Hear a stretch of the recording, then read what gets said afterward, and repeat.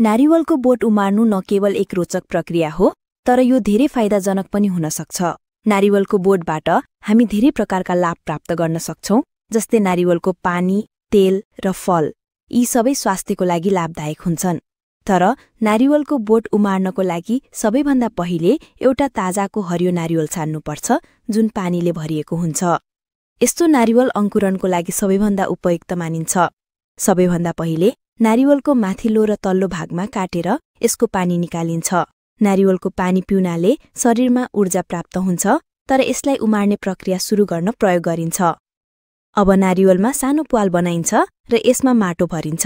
यो प्रक्रिया वैज्ञानिक दृष्टिकोणले अत्यन्तै महत्त्वपूर्ण मानिन्छ, किनभने यसमा माटोलाई नारिवलको पातहरूले छोपिन्छ।